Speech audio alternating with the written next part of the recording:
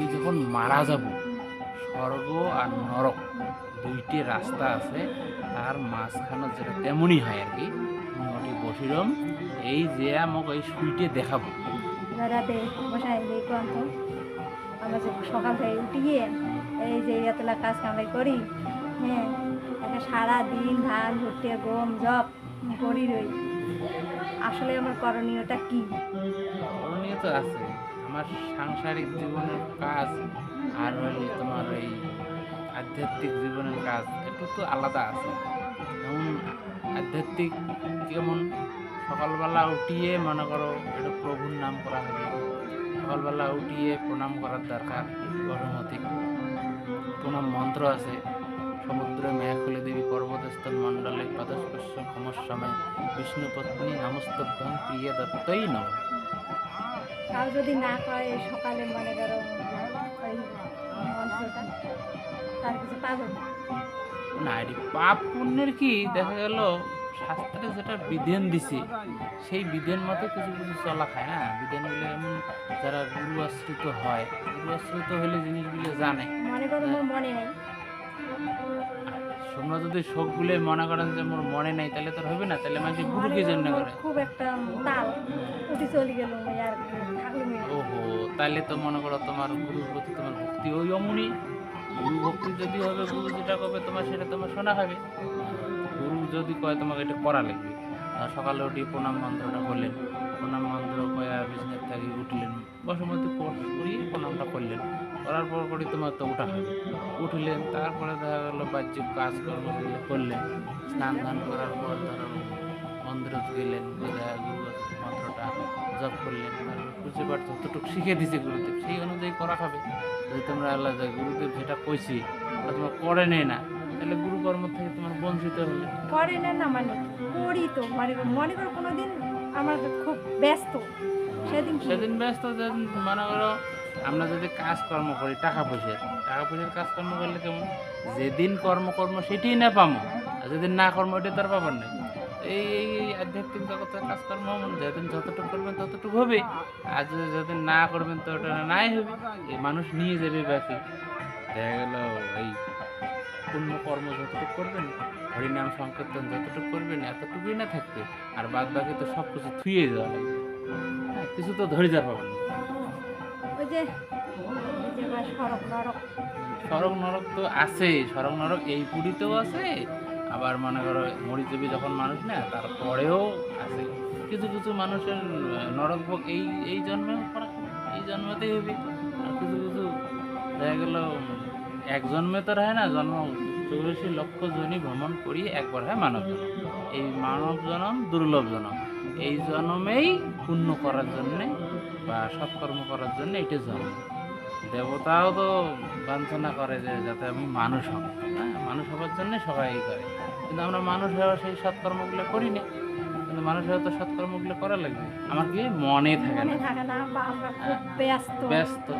তাইলে যেগুলি ধরি যেগুলি নিয়ে তোমরা ব্যস্ত থাকেন, এই ব্যস্তগুলো তো সবসময় যখন শেষ অন্তিম পর্যায়ে চলে যাবে এই ব্যস্ত, তাহলে তোমার গল্প হওয়া হয়। একজন বৈষ্ণব মানসি, একজন মহাজনের এখানে আর কি ঘর ভাড়া যায় ঘর ভাড়াটি গেছি, ঘর ভাড়া থাকবে 10,000 টাকা করে মাসে 10,000।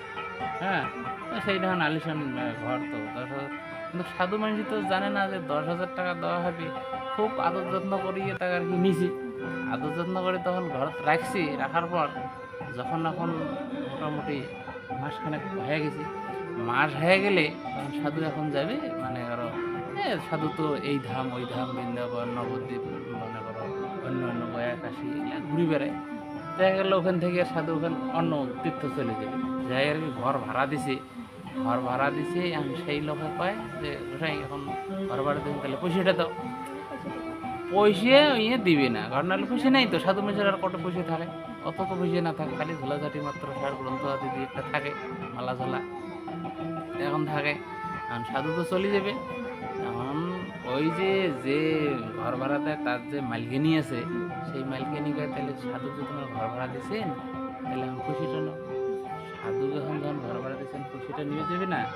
সাধু কয় মুখ যে তোমরা আদর যত্ন না করিয়ে রাখলেন, মুই তো জানো ঘর বটর ভাড়া দেওয়া লাগিন নাই, আচ্ছা এত যত্ন করে রাখলেন, কিন্তু তোমার যে এলা ঘর ভাড়া দেওয়া হবে এটা তুমি জানো না। আর না হলে তাহলে এক কাজ করো, মোটটা বাদে দাও, আরও তোমার অন্য রুম আছে না, সেগুলো বসিয়ে নাও, মোটটা বাদ দাও। তখন ওই যে মালিকিনী ইনি ওইটা মানে না, ওইটা যখন না মানে তখন কয় না খুশি হলেই লাগবে, তখন খুশির জন্য একটু পাশে পাশে যায়। এক কাজ কর, এই যে মনে একটা সুই দিলাম, এই সুইটি নে তুই যখন মারা যাব, স্বর্গ আর নরক দুইটি রাস্তা আছে, তার মাঝখানে যেটা তেমনই হয় আর কি, ওটি বসিরম, এই যে আমাকে এই সুইটে দেখাবো, সুইটে ঝোলা দেখাবো, এই সুইটে দেখালে মানে কর মই তো নরকের পথ বাদ দিয়ে স্বর্গের পথ তুলে দিন। হ্যাঁ, স্বর্গের পথ তুলে দিন। এই সেই সেট মনে করছে যে কি কথা তো ঠিক, একদিন তো হইলে মরা খাবে, তাহলে তো মোক নরকত নিয়ে যাবে, তাহলে নরকত যদি নিয়ে যায় তাহলে এই সুইটি যদি মই নিয়ে যাই দেখের বাং, তাহলে তো মোক তো পরবর্তীতে স্বর্গত নিয়ে যাবে। তখন ওই সুইটে নিয়ে বাড়ি এসছে, গিন্নিক দেখায় গিন্নি এই দেখো সাধু আমার একটা জিনিস দিছে, এইটি যদি মরার পরে ওই সাধু মানে তেমনই ঘাটাত রাস্তার দ্বারে থাকবে, ওটি যদি মুই এই সুইটি দেখের পাং, মোক স্বর্গের পথ নিয়ে যাবে এই সাধু। এই কথাটা কওয়াতে এই সেটের বউ তো ফির রাগে হয়েছে, কি রে মূর্খ নাকি, আমাকে একটা সুই মাত্র দিল, 10,000 টাকা হইল মাসের বেতন, তোমাকে সুই নিয়ে চালিয়েছিলেন, কিন্তু এই সুই যখন তোমরা মারা যাবেন এই সুইটি কিন্তু তোমার সাথে যাবে, যে হাত দিয়ে সুই ধরে যাবেন সেই হাতটাও না তোমার পরা দেবে, এই হাতটাও পরা দেবে, এই দেহখানাও পরা দেবে, তোমার কি সুই কোন কোন হাত দিয়ে ধরে যাবে? এখন সেটাই সালাটি কথা তো ঠিক, যখন আমি মারা যাবো আমার হাত তো পোড়া দেবে, এই দেহটা শুদ্ধই পোড়া দেবে, তাহলে দেহ পোড়া যায় যদি হাতও তো যাবে না। এখন এই সুই নিয়ে আবার ছুটছে দৌড় ওই সাধুর কাছে। হ্যাঁ, সাধুর এটা আবার গেছে, সাধু বাবা তোমরা তো এটা মিথ্যা কথা বললেন কে, এই দেহ তো মোর পোড়া যাবে, এই মুই যদি মারা যাম দেহটা তো পোড়া দেবে, মোর হাতে যদি না যায় তাহলে সুইটি কি করে যাবে? এখন ওই সাধুই এখন ওই সেটা কয়, এইবার ঠিক বুঝছিস, পোড়া দিলে যদি তোর হাতে না যায় তাহলে সুই কি করে যাবে? আরে বাবা সুই যদি না যায় তাহলে মোট যে ভাড়াতে 10,000 টাকা চাই এইটাই তুই নিয়ে কি করবি? এইটাও তো তোর তো যাবে না। তখন তখন কয় হ্যাঁ বাবা এখন তোর জ্ঞান আছে, কে মরি গেলে তোর সাথে কিছু যাবে না।